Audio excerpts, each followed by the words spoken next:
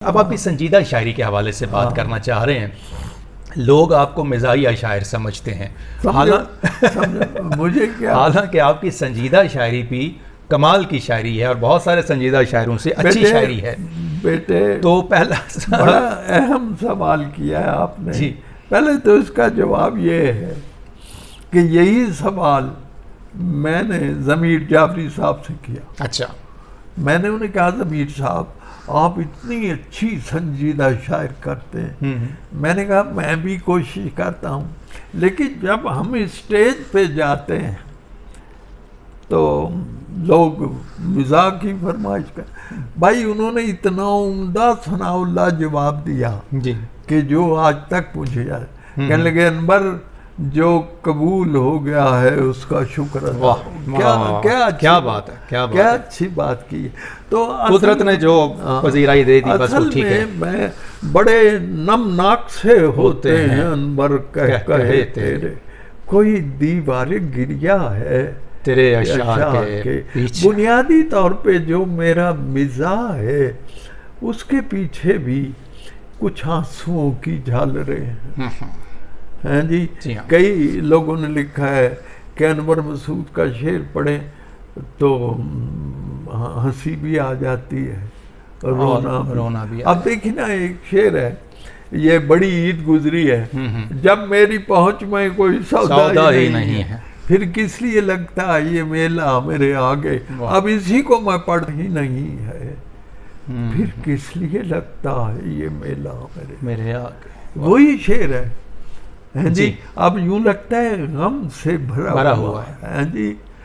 تو یہ میں نے عام طور پر یہی تشبیہ دی ہے کہ میری مسکراہٹ مکئی کی طرح ہے، جب جلنے لگتی ہے تو مسکرانے لگتی. جو ہنسانا یہ میرا بچپن کا شعر، آج تک میری ساری شاعری پہ یہ جو ہے اس کا اطلاق ہوتا ہے. اچھا. کہ جو ہنسنا اپنے دکھ ہوتے ہیں.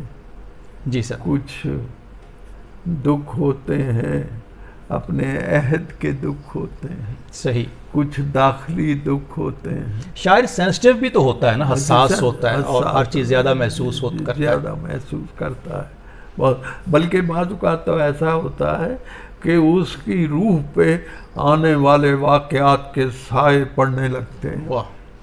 وہ کئی باتیں میرے ذہن میں آتی ہیں جو میں بیان نہیں کر سکتا. صحیح جی.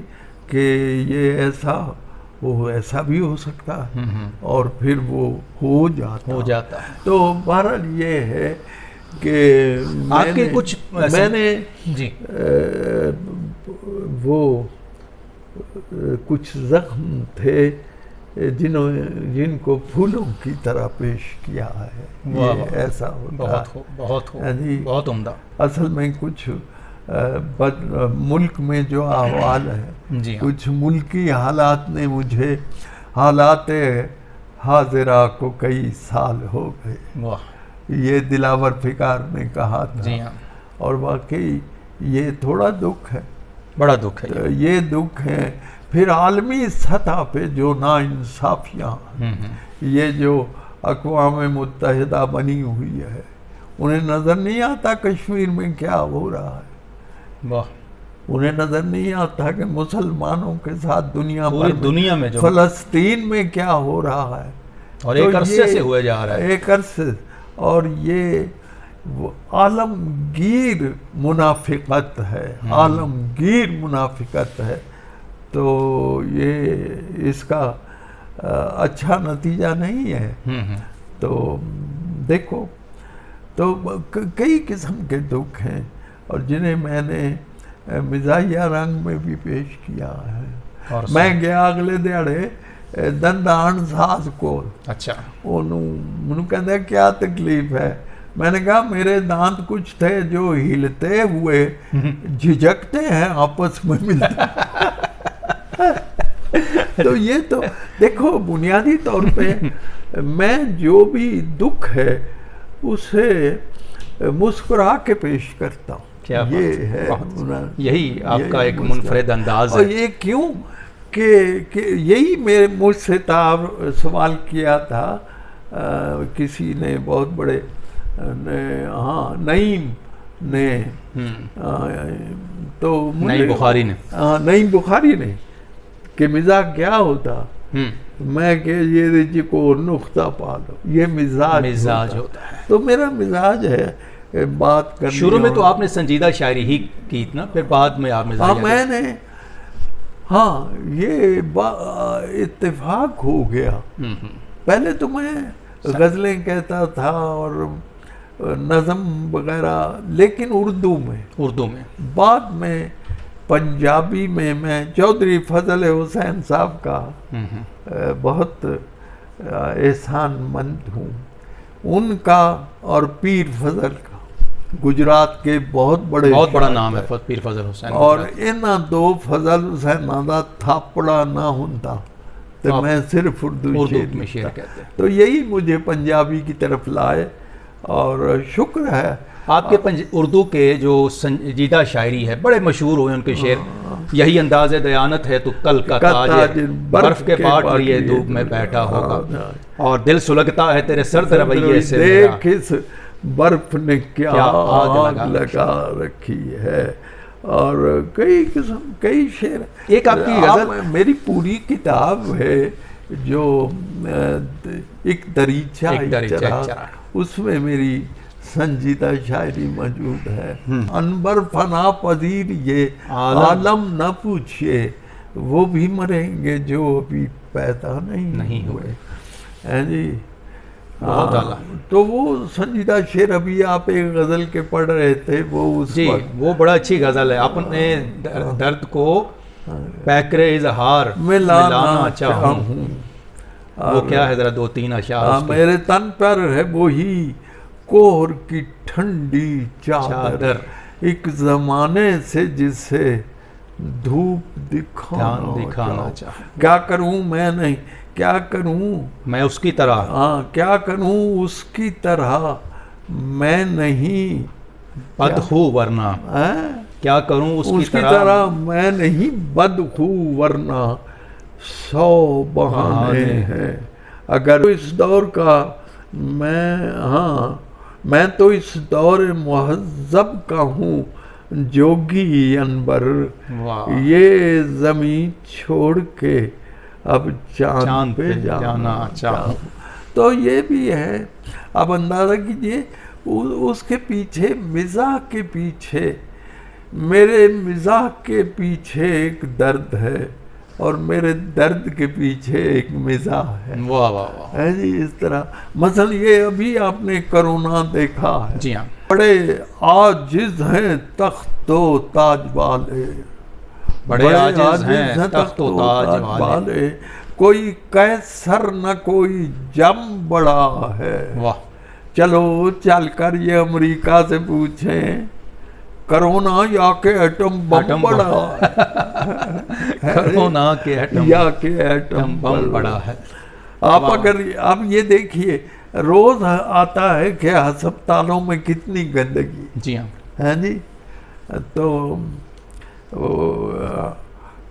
آپ اگر یہ سوال کر بیٹھیں بلیاں گم ہیں کن خیالوں میں، کتنا سیدھا جواب ہے اس کا، چوہے کتنے ہیں ہسپتالوں. یہ لیٹسٹ ہے. بہت خوب بہت خوب. بہت آپ اگر یہ سوال کر بیٹھے بلیاں گم ہیں کن خیالوں میں، کتنا سیدھا جواب ہے اس کا، چوہے کتنے ہیں ہسپتال. واہ بہت اعلیٰ. جی اچھا آپ کو خود اپنا کون سی سنجیدہ غزل پسند ہے سب سے زیادہ؟ بیٹے یہ وہی بات ہے کہ تو انو اپنا پتر کیڑا پسند. ٹھیک ہے. تو یہ بڑا مشکل سوال ہے. آج تک کتنی کتابیں آپ کی منزل پر آ چکی ہیں؟ میری کتابیں 18 کے قریب انشاءاللہ پڑھی ہیں. اچھا. اور ایک بہت جس میں اردو کی شاعری ہے، پنجابی کا مجموعہ جو ہے میرا، اس کا نام ہے میلا اکھیاں دا، اور اس 1974 میں شائع ہوا تھا، اور اب تک اس کے 74 ایڈیشن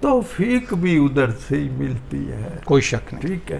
مجھے کیا پتا تھا کہ میں کبھی اتنا بھی محسوس نہیں ہوتا تھا کہ کبھی میں گجرات سے باہر نکلوں کو. صحیح. زیادہ زیادہ میری بات کنجا تک تھی. اچھا. ہاں جی. اور اگر میں کنجا میں بیٹھا رہتا تو وہ زندگی کا کچھ ایک اور لیکن انداز ہوتا. اللہ کا یہ احسان ہے کہ اب اتنی دنیا دیکھی ہے. اور آپ نے تو زندگی میں بڑا سفر کیا ہے. بڑا سفر جی. امریکہ میں گیا ہوں، برطانیہ 3 مہینے رہا ہوں. پچھلے دنوں میں گیا ہوں آسٹریلیا گیا ہوں، پھر ناروے گیا ہوں. صحیح. ناروے میں ہمارے یہ جو ہے نا بہت لوگ ہیں پنجاب کے جی جی، خصوصاً یہ جو کھاریاں کے. اچھا. تو میں نے تو اس کا نام ہی کھاروے رکھ لیا. کھاریاں کے لوگ ہیں نا اس میں. ٹھیک ہے. تو بیٹے میں گن نہیں سکتا میں کن ملکوں، اور یہ بڑی خوشی کی بات ہے میرے لیے، بلکہ شکر کرنے کی، کہ جہاں بھی گیا ہوں میں کوئی نظم شروع کرتا ہوں لوگ خود پڑھتے ہیں، سامعین سنانا شروع کر دیتے. یہ بڑی آپ پر یہ کہ لوگوں کو اللہ تعالیٰ کی کرم نوازی ہے بہت. اب یہ دیکھو، مجھے نہیں معلوم تھا یہ جو میں بنین لکھ رہا ہوں جی یہ اتنی مشہور ہو. یہ تو بچے کو یاد ہے. بچے کو یاد.